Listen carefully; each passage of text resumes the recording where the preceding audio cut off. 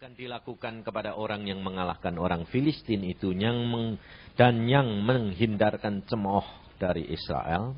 Siapakah orang Filistin yang tak bersunat ini sampai ia berani mencemoohkan barisan daripada Allah yang hidup?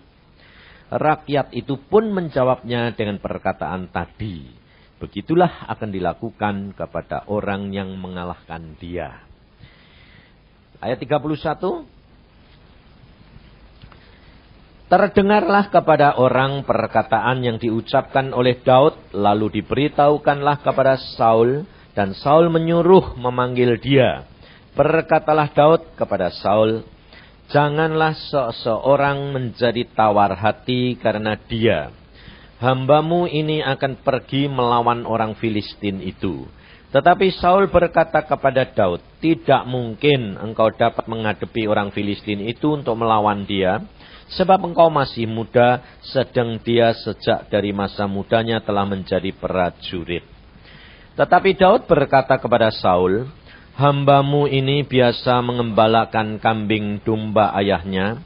Apabila datang singa atau beruang yang menerkam seekor domba dari kawanannya, maka aku mengejarnya, menghajarnya, melepaskan domba itu dari mulutnya. Kemudian apabila ia berdiri menyerang aku, maka aku menangkap janggutnya, lalu menghajarnya dan membunuhnya. Baik singa maupun beruang telah dihajar oleh hambamu ini, dan orang Filistin yang tidak bersunat itu akan sama seperti salah satu daripada binatang itu.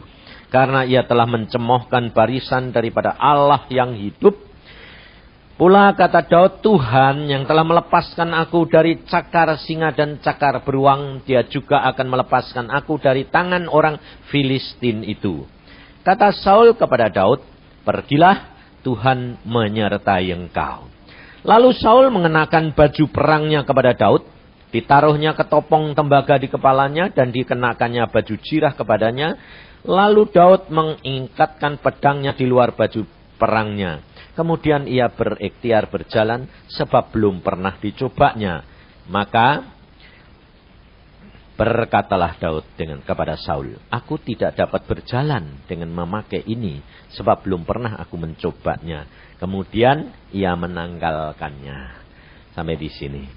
Mari kita berdoa. Tuhan, firman-Mu sudah hambamu bacakan dan kami bersama-sama membaca. Sekarang tiba waktunya kami hendak belajar akan firman-Mu dan buat kami mengerti. Karuniakan kepada kami roh pengertian. Dalam Tuhan Yesus kami percaya. Amin. Saudara, kita telah mendengar, membaca, bahkan saudara semuanya sudah hafal. Betul tak? Semua sudah ngerti tak cerita ini? Ngerti ya? Nah, saudara, kita akan belajar firman Tuhan. Bahwa kehidupan kekristenan itu tidak sekedar agama, saudara. Kehidupan kekristenan itu bukan sekedar cuma pergi gereja. Tetapi kehidupan kekristenan itu adalah pengalaman pribadi hari demi hari bersama dengan Yesus. Sebab kalau saudara mau menjadi orang Kristen cuma sekedar agama, hanya minggu datang tercatat sebagai orang Kristen, saudara bukan orang Kristen. Hanya KTP-nya Kristen. Kenapa? Karena saudara tidak mengenal siapa itu Yesus Kristus Tuhan sebenarnya. Kita cuma sekedar tahu. Saudara dan saya warga negara Indonesia enggak? Ya toh? Saudara kenal presiden atau tahu presiden? Hah? Tahu Pak kenal? Tahu.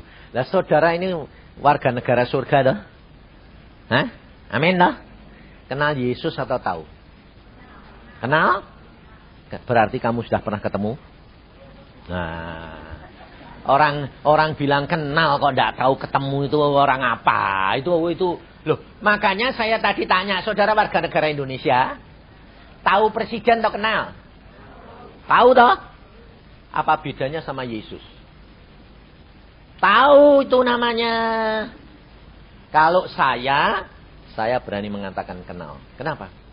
Sebab saya ketemu, saya berbicara, bercakap-cakap. Sebab saya dipanggil oleh dia pribadi. Dari umur 12 saya dipanggil Tuhan, ditemuin Tuhan Yesus sendiri. Tuhan berkata, jadi hambaku. Saya bilang, saya tidak mau jadi orang Kristen. Karena orang Kristen itu munafik. Jujur. Betul lah? Namanya Kristen tapi masih nyuri, masih bohong. Ayo, jujur. Masih bohong enggak? Jujur, ini kenyataan. Saya lihat sendiri. Kalau di gereja, baik, alim, keluar dari gereja. Waduh, mulai penyakitnya kambuh. Saya bilang, saya tidak mau jadi orang Kristen. Lalu Tuhan berkata apa? Jangan lihat orang lain. Masuk surga, tidak gandeng-gandengan. Betul? Masuk surga sendiri-sendiri apa gandeng-gandengan? Nah, tapi sendiri-sendiri dah. Tapi kenyataan kalau kamu pergi ke gereja, jadi orang Kristen kesinggung, berhenti enggak? Kecewa toh? Namanya itu mau ngikut orang Kristen, mau masuk surga gandeng-gandengan tergantung orang lain. Saya dulu juga begitu. Lalu Tuhan Yesus berkata, jangan lihat orang lain. Masuk surga enggak gandeng-gandengan. Sendiri-sendiri. Jalannya sempit. Lalu saya bilang, apa dapat apa jadi orang Kristen? Lalu Tuhan bilang, baca Alkitab. Pelajari, jangan lihat orang lain. Alami. Kalau kamu tidak ngalami seluruh isi Alkitab dan janjinya Tuhan, jangan percaya dan jangan jadi orang Kristen. Rugi. Saya bilang, oke. Lalu saya sejak itu, saya membaca Alkitab. 1 hari 4 patsal. Tapi setelah umur 30-an, saya membaca 1 hari 8 sampai 10 patsal. Alkitab ini sudah saya baca 100 kali lebih. Tapi Tuhan berkata, baca terus. Jangan dikira kalau, ya Pak, karena Bapak pendeta ya siapa bilang. Saya dari umur 12 pikir saya dipanggil jadi hamba Tuhan. Ternyata lulus SMA, saya mau sekolah teologi, diundang ke Amerika. Tuhan bilang, enggak. Loh, ini ada panggilan teologi. Tuhan bilang, enggak, kamu enggak salah sekolah teologi. Nah terus, sekolah dokter. Loh, katanya jadi hambamu. Apa kalau jadi hambaku itu mesti jadi pendeta? Mesti sekolah teologi? Enggak. Lalu saya sekolah dokter. Nah, karena saya itu sudah ngurus gara-gara mau ke Amerika ini, sekolah teologi. Sampai fakultas kedokteran tutup semua. Yang buka cuma dokter gigi. Karena apa? Kurang laki-laki. Jadi saya keliling dari Surabaya, Jakarta, Jogja, kemana-mana. Akhirnya saya mendarat di Jogja. Yang buka cuma Jogja. Loh, dokter gigi kok masih buka? Ya wis lah, wong Tuhan bilang kamu jadi dokter. Dokter gigi ya dokter toh ya, lumayan lah aku meno. Pokoknya saya nurut, ya tahu dokter kewan ya podo sama aku meno. Jadi saya akhirnya masuk dokter gigi, saya lulus. Setelah praktek 15 tahun saya ke Irian Jaya, tugas di sana pada zaman Untea. Saudara tahu di sana setelah saya praktek 15 tahun, Tuhan berkata apa? Tutup praktek. Loh, aneh lagi. Aku bilang, kenapa Tuhan? Jadi penginjil. Loh. Lah dulu mau jadi. Loh.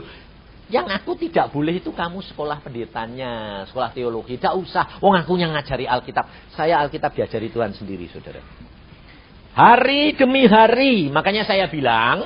Kalau saudara jadi orang Kristen tidak pernah baca Alkitab. Itu Kristen apa? Merek tok. Nanti masuk surga. Ditanyai. Kamu mau ketemu siapa? Ketemu Yesus. Sudah kenal. Ditolak kamu. Sepertinya saudara itu pergi ke istana. Mau ketemu presiden.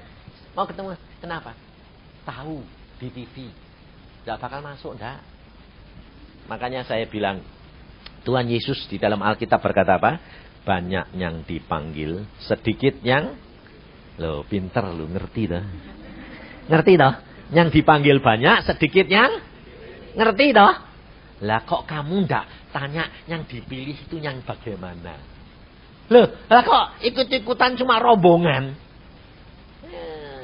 Makanya saya bilang saudara, kalau kamu tidak membaca Alkitab, tak ngalami sendiri menjadi orang Kristen, kamu bakal rugi kamu. Karena apa? Mau berbuat ini takut. Mau berbuat ini takut. Tapi diam-diam diperbuat. Betul? Ayo. Orang Kristen gitu toh. Kalau kumpul-kumpul gini, alim. Kalau sudah di luar, modelnya sulap begitu rupa supaya tidak kelihatan kalau kamu pernah ke gereja. Saya ngalami sendiri soalnya. Waktu persekutuan pakai roknya panjang. Enggak, dandan, rambutnya dipolosi kayak orang alim. Sore saya pergi ke pesta sama istri saya. Orang yang nyapa saya kaget. Enggak tahu lagi. Wong memang enggak kenal, wong baru persekutuan. Pak. Halo, siapa kamu? Loh, saya tadi yang duduk di depan tadi loh, Pak. Lah kok modelnya kok berubah gini? Aku bilang gitu. Loh, ini kan pesta, Pak. Tadi kan ke gereja. Jadi kalau ke gereja itu roknya panjang, tidak takut banjir. Kalau pesta, takut banjir, mini. Lalu kalau di gereja tidak kepanasan, kalau pesta kepanasan. You can see. Lah kemudian loh kok berubah semua. Saya bilang, loh ya beda toh Pak, suasananya beda kok. Loh. Saudara, kehidupan kekristenan itu Tuhan berkata apa? Yang kamu sembunyikan di kamar akan diteriakkan di atas sotoh rumah. Tidak ada sesuatu yang perlu engkau rahasiakan. Tetapi alami secara nyata. Daud, coba saudara. Pada waktu Saul dengan memimpin, raja ini memimpin bangsa Israel perang. Saudara baca Alkitab 40 hari cuma tantangan. Bayangin. Memelihara ngasih makan tentara segitu banyaknya 40 hari itu pagi sampai sore tantangan. Tidak ada yang berani maju. Tidak jadi besok lagi. Bayangin. Hari ke-40 baru ada satu anak muda Daud umurnya 17. Masih kemerah-merahan kalau saudara baca. Daud itu laki-laki tapi elok. Kira-kira memper apa itu? Muka pipinya merah. Karena kepanasan. Tapi elok. Jadi kira-kira rodok setengah perempuan ya. Kelihatannya. Tapi saudara perhatikan. Manusia melihat luar. Tapi Allah melihat dalam hatinya. Kau dilatih oleh Tuhan hari demi hari. Menggembalakan kambing domba. Dan dihadapkan dengan singa dan beruang. Dilatih hari demi hari. Sehingga pada waktu menghadapi Goliat yang begitu gede, Daud tidak pernah takut. Kenapa? Karena dia tahu Allahnya menyertai dia. Nah, Daud kenapa mempunyai keberanian seperti itu saudara? Kalau saudara baca Alkitab, Daud sudah dilantik oleh Tuhan menjadi raja. Diurapi, punya urapan raja. Dan zaman itu sebelum zaman Tuhan Yesus, orang yang diurapi raja itu dikuasai oleh Roh Al-Kudus. Dan saudara dan saya ini zaman akhir. Tuhan Yesus pada waktu naik ke surga, Tuhan berkata, aku akan pergi ke surga untuk apa? Menyediakan tempat. Tidak cuma itu, nyediain tempat tuh nanti dek mati kue. Tapi yang penting itu Tuhan berkata, aku akan utus Roh Kudus. Dan dia akan tinggal di dalam kamu. Dan Alkitab berkata di dalam kitab Yohanes, pasal 14, dia bilang apa? Dia akan tinggal di dalam kamu dan kamu akan mengenal dia. Loh, bukan sekedar tahu. Kenal. Tadi dia kenal tuh ngomong-ngomong enggak? Ngomong loh. Lah sekarang kamu nih sudah jadi Kristen, sudah dibaptis. Roh Kudus tinggal di dalam diri kamu enggak? Ya? Ya. Diajak ngomong enggak sama kamu? Kamu dengar omongannya enggak? Lah ini yang saya bingungkan. Katanya Roh Kudus tinggal, tapi enggak pernah diajak ngomong. Kalau udah diajak ngomong mungkin pernah. Tapi denger enggak. Lah itu yang repot. Iya dah. Lah ini saudara, makanya itu saya katakan, saudara untuk menjadi Kristen, itu saudara harus benar-benar kenali dia. Karena kalau kamu mengenal dia, kamu akan lihat seperti Daud. Orang Israel menghadapi tantangan 40 hari, tidak ada yang berani maju. Raja Saul sendiri yang punya pahlawan-pahlawan tidak ada satu yang berani maju. Karena melihat kenyataan Daud tingginya begitu. Tapi Daud anak muda. Dia datang, siapa itu? Kok berani menghina Allahnya orang Israel? Karena dia ada urapan Allah. Ada Roh Al Kudus. Ada Allah Roh Al Kudus. Dia tidak akan menghadapi kegentaran menghadapi manusia. Sepangkat, segede apapun, bersenjata apapun. Dia tidak takut. Kenapa? Karena dia Allah yang maha kuasa. Maka dari itu saudara, di dalam situasi moneter kayak gini, saudara pegawai, saudara pengusaha, melintas enggak? Pernah khawatir, takut? Ada enggak? Ada. Nah itu enggak benar. Enggak benar saudara. Kenapa? Apa yang kamu takuti kalau kamu bersama dengan Allah? Harusnya tidak ada takut. Kenapa? Segede apa? Ribut kayak apa?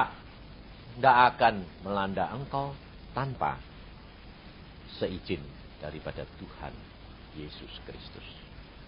Dan Roh Kudus yang ada di dalam diri kita akan memberikan jalan keluar. Karena Yesus itu jalan kebenaran dan hidup. Tidak ada masalah yang tidak dapat diatasi. Nah ini masalahnya saudara. Karena saudara tidak kenal. Saya kenal. Makanya saya tidak pernah takut. Jadi ada apa ini? Saya bilang biasa. Alkitab sudah berkata nanti akhir zaman perang. Bunuh-membunuh. Sekarang tidak ada pencuri. Ada nih rampok. Sekarang tidak ada jarang orang minta-minta. Ada nih nodong. Ya toh? Itu Alkitab sudah ngomong semua. Jadi yang kamu takuti apa? Saya tidak pernah takut. Kenapa? Saya 2 kali mau dipotong kepala saya. Tapi saya tidak pernah gentar. Istri saya sedang ngandung 7 bulan. Anak pertama. Zaman 65. G30S. Saya didatangi 4 pemuda. Pak mau mati di mana? Karena jam 11 malam hari ini. Bapak harus saya bunuh. Saya tidak bilang. Apa? Tidak takut. Saya bilang. Kok enak. Mati itu gampang, masuk surga yang susah. Akhirnya saya ceritain malah orang yang nangis, malah orang yang bela saya, yang nyuruh dipukuli. Di dalam Yesus, kutuk bisa diubah jadi berkat. Lu pinter, lu ngerti lu ya. Makanya saudara itu harus alami secara nyata hari demi hari. Kayak Daud, latihannya sama singa sama beruang. Jadi ketemu orang pun tidak takut Daud. Dia bilang siapa itu? Lah, lucunya engkau perhatikan. Anehnya di sini saudara lihat. Raja yang memimpin perang dan jago perang. Lihat anak muda merah kemerah-merahan. Gembala kambing. Loh, dikasih tahu sama Daud. Raja, jangan ada yang takut. Tak lawannya aku. Kok percaya? Nggak sinting. Coba renungin. Benar nggak? Coba saudara bos. Gede. Lalu ada anak belum pernah kerja. Lalu bilang. Oh nggak usah khawatir. Tak. Itu yang nganu. Mustah. Ya dah. Gila nggak? Gila dah. Saudara nggak pernah merenungi. Makanya kalau baca Alkitab itu direnungin. Dibayangin yang sungguh-sungguh gitu loh. Makanya pada waktu Saul, ini anak kok nyalinya kok gede amat. Ya sudah. No. Ya sudah. Saudara tahu. Ini kalau dia bilang ya sudah, berarti itu mempertaruhkan keselamatan seluruh bangsa Israel. Sebab kalau kalah sama Goliat, maka semua tentaranya dan rakyatnya musnah. Bayangin, dia sendiri sama kerajaannya hilang. Dipertaruhkan di atas pundak seorang muda umur 17 tahun. Tidak punya pengalaman perang. Megang pedang saya tidak pernah. Coba logikanya gimana? Kalau itu bukan Roh Al Kudus, Allah sendiri, tidak mungkin orang itu bisa percaya. Apalagi raja. Betul? Maka dari itu saudara ini tidak usah takut. Saudara di Indonesia ini kecil. Ya toh? Tidak usah takut. Bahaya apapun. Tidak masalah. di hadapan Tuhan itu.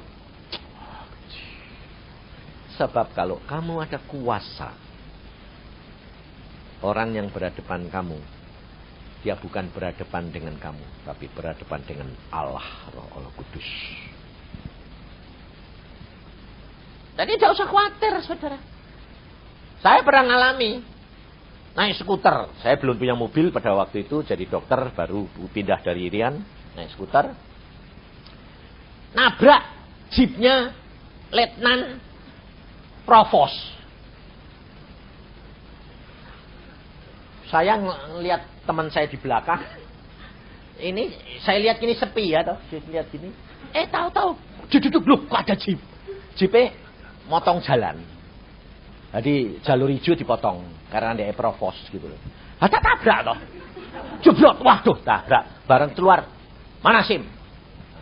Digituin, saudara. Letnan. Itu tahun berapa itu? Nah, saya bilang, kenapa? Saya bilang, Anda nabrak jeep saya. Loh, yang salah saya apa Anda? Saya bilang. Kenapa Anda tabrak? Lah, kenapa Anda melanggar? Kayak itu polisi Provos lalu lintas nabrak melanggar aturan lagi. Ayo pergi ke markas. Wah. Dia mau pikirnya saya mau diajar. Saya bilang, ke markas. Tidak ada masalah. Apa kamu kira aku takut? Kamu letnan. Baru letnan aja kok. Galak saya bilang. Tak gituin, saudara. Tidak usah galak-galak. Kamu harusnya melindungi rakyat, tapi jangan malah menakut-nakuti rakyat. Saya bilang. Terus saya dibawa ke markas loh. Ke markas. Dibawa masuk. Saya masuk saja santai. Sampai sana menghadap portir. Undang. Saya bilang, mana komandanmu? Tidak usah sama komandan. Saya mau ketemu komandanmu. Saya bilang, takut dia. Itu masuk mayor. Pak mayor, saya bilang, letnan itu perlu mbok ajar itu. Polisi lalu lintas Provos lagi kok melanggar peraturan jalur hijau dilanggar lagi. Tabrak skuterku peotif. Dia menang-menang baru jadi letnan sudah merasa pangkat ya. Saya ini pergi ke Irian Jaya jadi dokter di sana, saya mempertaruhkan nyawa untuk bangsa Indonesia. Jangan sok patriot ya, saya bilang. Wah, mayore hormat Pak. Bayangin saudara. Dibalik sama Tuhan, mayore komandani malah hormat Pak. Terus panggil letnan ini, panggil dimaki-maki di depan saya. Ayo minta maaf. Saya bilang, kamu ini harusnya melindungi rakyat dong. Jangan malah nakut-nakuti rakyat. Saya bilang, melanggar peraturan lagi ya. Untung saya yang nabrak. Ada orang lain yang nabrak, apalagi kalau Cina. Mbok peres dah aku minum. Kamu ini apa-apaan. Saya bilang, ya Pak, maaf Pak. Kan jangan sok dong. Kamu. Udah sana, saya bilang. Saudara, ini makanya saudara saya itu ngalami semua, saudara. Ngalami, saudara. Kalau ada urapan Allah, ada Tuhan Roh Kudus, saudara tidak perlu takut. Masalah boleh, susah. Tapi anak Tuhan harus mengatasi. Tidak ada masalah. Makanya saya nurut Tuhan. Suruh berhenti-berhenti, suruh praktek-praktek, suruh nginjil-nginjil. Tetap saya dipeliharakan oleh Tuhan. Ngerti? Daud pada waktu itu.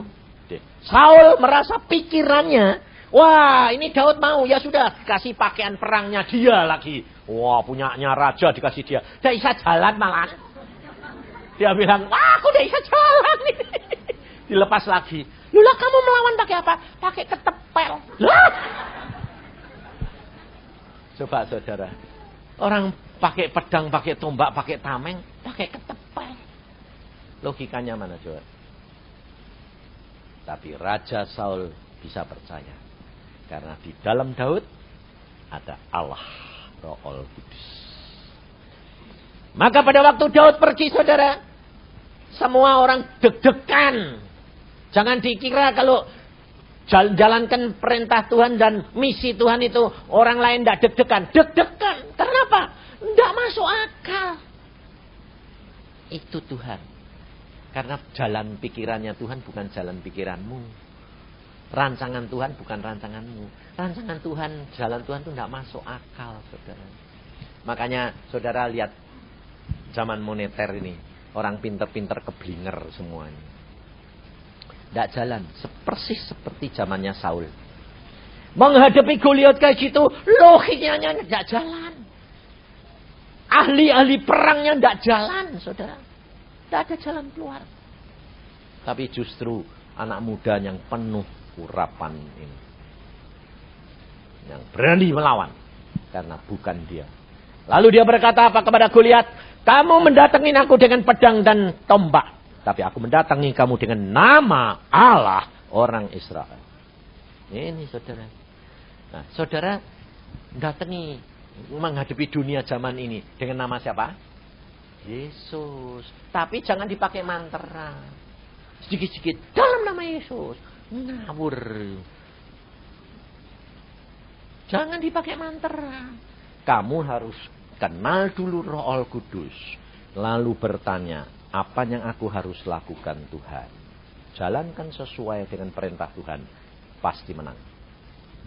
Karena bukan kamu yang berperang. Tapi Tuhan. Jadi menghadapi masalah ekonomi, PHK. Jangan takut. Tidak ada masalah. Sepi. Ya sepi ya biar sepi yang sana. Kalau Tuhan yang menggerakkan. Orang butuh toh. Cari kamu enggak? Cari. Pokoknya tutup digedor. Saya ngalami saudara. Saudara boleh percaya boleh enggak. Baru bulan Februari yang lalu. Sudah moneter belum? Udah kacau belum ya? Udah. Saya sebagai hamba Tuhan. Saya cuma lihat-lihat. Ada mobil Galen keluar baru. Wih, bagus. Saya cuma ngomong sama Tuhan gini. Tuhan. Ini bagus Tuhan. Mobilku ganti ini Ini baru nih bagus. Engkau kalau ngasih aku mobil kok bekas saja. Sekali waktu bagus yang baru inilah. Aku bilang gitu. Saya tanya harga saudara. Berapa Pak? 140. Hah? 140 juta? Hah? Waduh Tuhan. Aku sudah terlanjur ngomong. Kok mahal? Saudara tahu? Tuhan ngomong sama saya. Nanti saya beri. Seminggu kemudian. Cuma seminggu. Ya saya tidak langsung. Terima kasih Tuhan. Doa. Haleluya. Engkau dikai. Terus jangan nangen mana mobilnya gitu. Tidak. Kalau gitu itu saudara berarti tidak percaya. Saya cuma. Terima kasih Tuhan. Waktunya engkau akan beri. Seminggu. Sore-sore saya ditelepon orang. Pak. Saya mau ketemu Pak Yusa. Ya saya. Ada apa sih Pak? Ya ada apa? Baik Pak, baik. Lah kok aku suruh ngirim uang sama kamu? Hah? Aku baru ini pulang dari bank ngirim uang kamu. Buat apa? Nggak tahu. Saya ini diperintah Tuhan ngirim duit kamu. Berapa? 400 juta. Hah? Kok banyak? Lah ya, itu untuk apa? Lalu Tuhan bilang sama saya, lah katanya kan mau beli mobil. Penak toh? Penak enggak? Mau enggak? Mau. Duite. Ya toh? Tapi bayare susah Pak. Bangun pagi sembahyang, waduh ngantuk Pak. Maka kalau saudara itu mengenal Tuhan secara pribadi, saudara tidak usah bergumul. Minta apa-apa sama Tuhan itu. Coba contohnya anakmu. Ada anakmu yang engkau sayangi, yang bergaul karib sama kamu. Kalau mau minta jajan atau minta uang sekolah itu ngerengek. Mamah yang baik, papah yang baik, kasih dong duit. Kalau ngomong adanya gitu, tidak ada. Bilang apa? Mama, duit mah. Bayar sekolah, betul? Nah, aku ya gitu. Tuhan, ini lo mobil api, ini beli aku dong. Tapi kalau saudara, mas bayang ngotot, orang ngerengek, nggak dikasih. Karena apa saudara? Karena saudara tidak kenal dia secara pribadi. Kenapa tidak kenal? Lah baca Alkitabnya belum selesai-selesai. Betul dah? Baca dong saudara. Baca, dalami, kenali dia, dekat dia, rindukan dia, alami secara nyata dengan dia. Itu hari demi hari saudara. Dan pada saat nanti menghadapi masalah, saudara tidak usah bergumul. Lihat seperti Daud. Dia sudah dilatih. Menghadapi orang begitu. Dia bilang, oh udah kapan. Malah ngambil ketepel. Loh bayangin. Logikanya di mana? Saya ini dokter. Saya dulu praktikum. Saya belah kepala orang. Ini. Susahnya setengah mati saudara. Kerasnya ini. Tak palu. Aku sampai pernah nakal. Karena gini, saya mau nyoba, kok kata ngomong Daud kok pakai ketepel, terus batunya terbenam, masuk ke otak, mati, ya dah. Kekuatannya itu seberapa ketepel? Wong sekeras karet, ya dah, atau ali-ali. Jadi sekeras di bandul, ya dah. Saya palu ini sampai keras gitu. Enggak peot, enggak melesat. Saya bilang, ini kalau enggak Tuhan enggak mungkin, betul?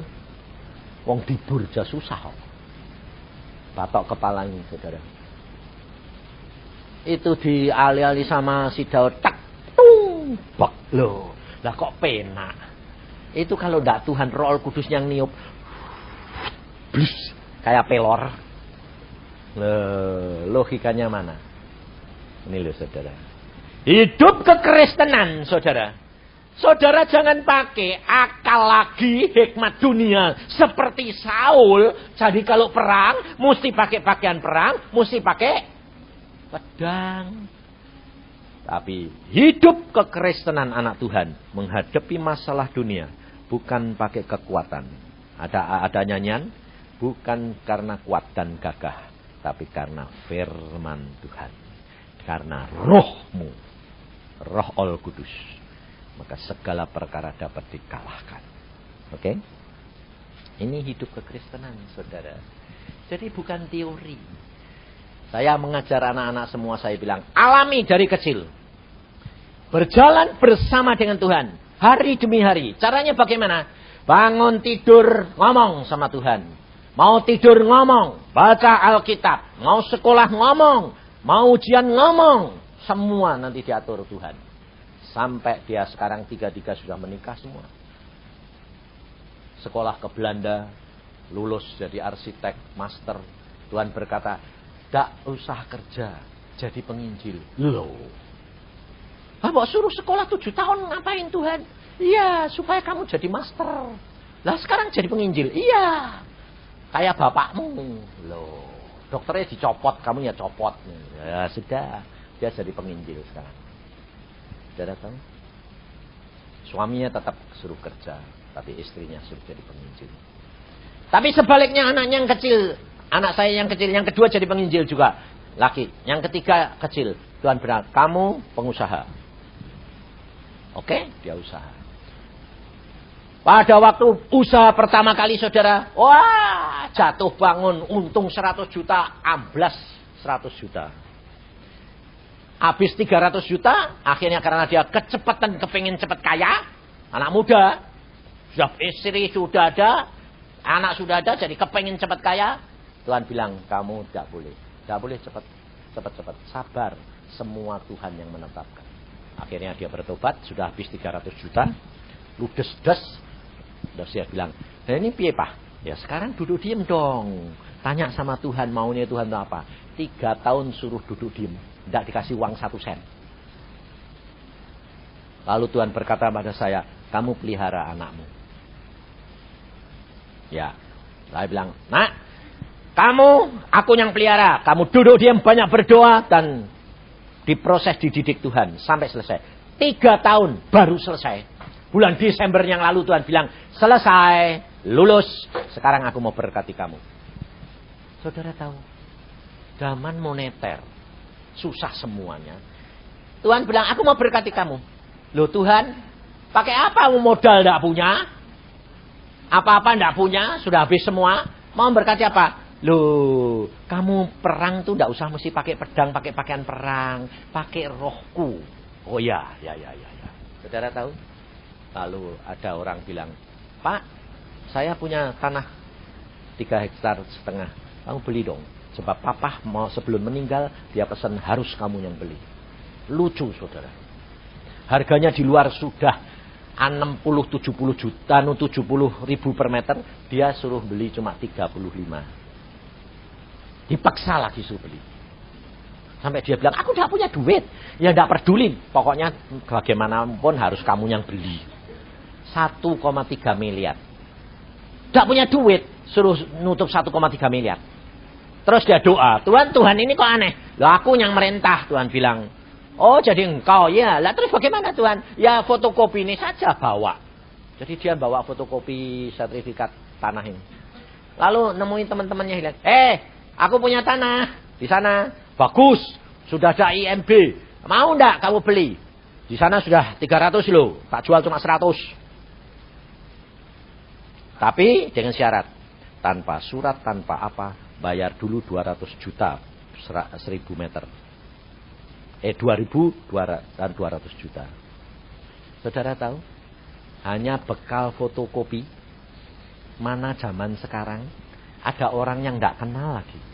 Bukan orang Kristen. Percaya sama dia. Ngasihin cash orang 200 juta. Dalam waktu 3 minggu kumpul 1,2 miliar. Itu kalau enggak Tuhan mungkin. Ayo coba. Tanpa surat. Tanpa sertifikat. Cuma fotokopi. Lalu setiap orang suruh setar 200 juta orang satu. Kalau beli 2.000. Kalau beli 1.000 100 juta. Ayo. Dalam waktu 3 minggu 1,2 miliar.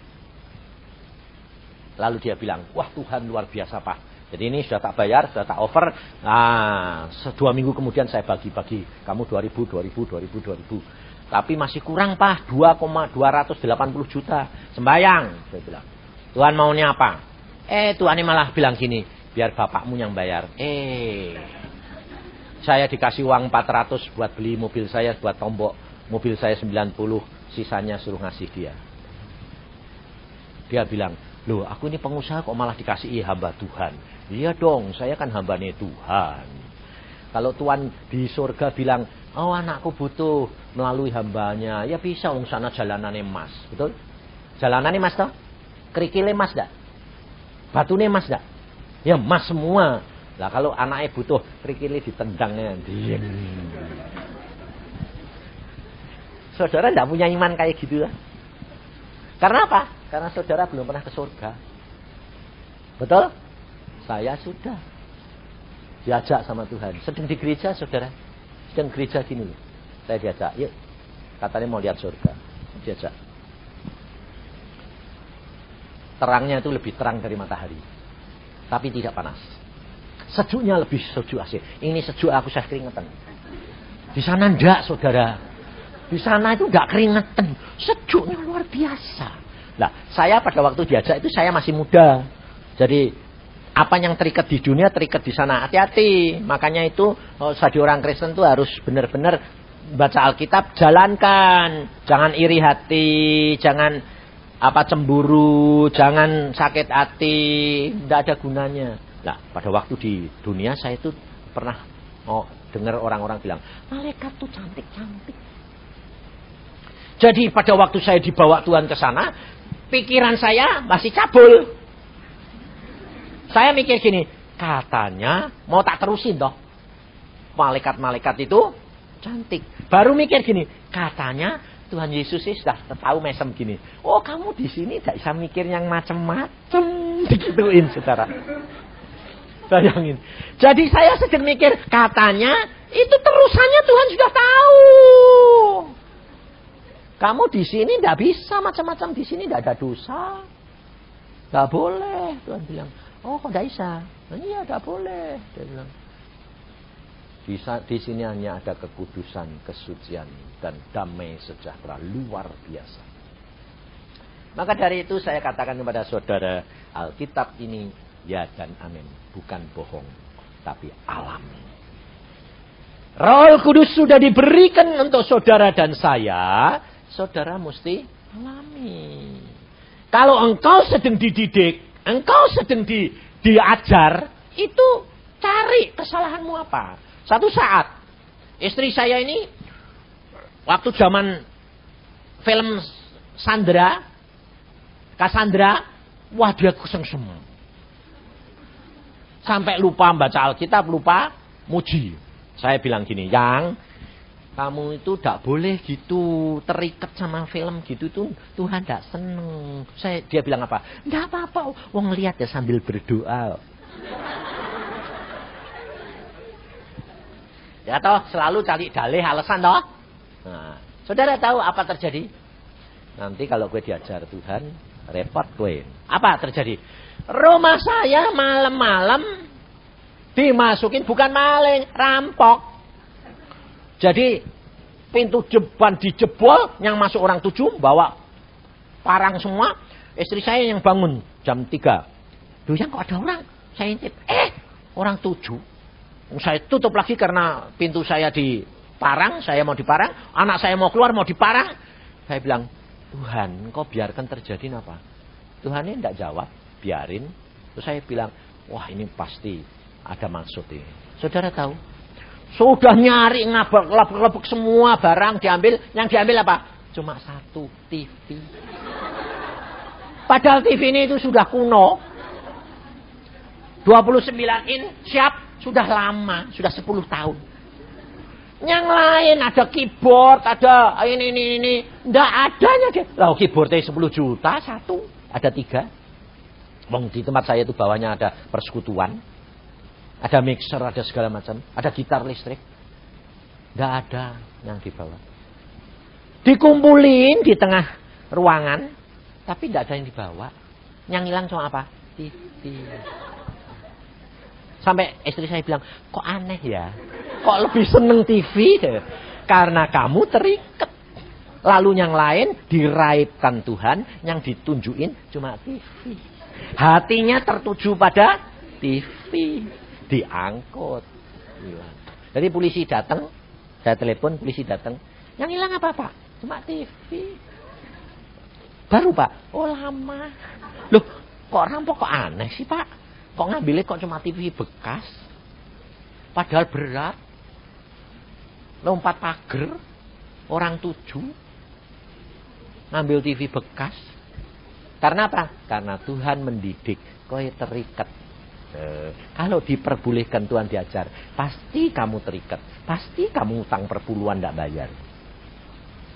Nah itu saudara, pendidikan Tuhan itu harus nyata supaya saudara melekat kepada Tuhan. Ini hidup kekristenan. Maka saya katakan kekristenan bukan teori, bukan agama, tapi mengenal, mengalami sendiri secara pribadi dengan Yesus. Amin. Mari kita berdoa. Tuhan Yesus, firman-Mu sudah hamba sampaikan. Dan biarlah anak-anak-Mu di tempat ini mulai mau membaca firman-Mu. Mau meluangkan waktu untuk berdoa minta pimpinan Roh Kudus. Mau mengajak berbicara Roh Kudus, menganggap kehadirannya. Dia membutuhkan kehadiran Dia. Membutuhkan pimpinan Dia. Sehingga apapun yang terjadi dalam hidupnya, Engkau didik mereka menuju kepada kesempurnaan. Terima kasih Tuhan akan kasih sayang dan setiamu. Engkau tuntun anak-anak-Mu ini. Karuniakan roh pengertian. Karuniakan roh kepekaan. Karuniakan roh penurutan dan rendah hati. Supaya mau belajar senantiasa bahwa bersama dengan Yesus tidak menggunakan hikmat dunia, tetapi percaya bahwa Yesus dapat lakukan segala perkara. Engkau tuntun anak-anak-Mu menuju kepada kesempurnaan.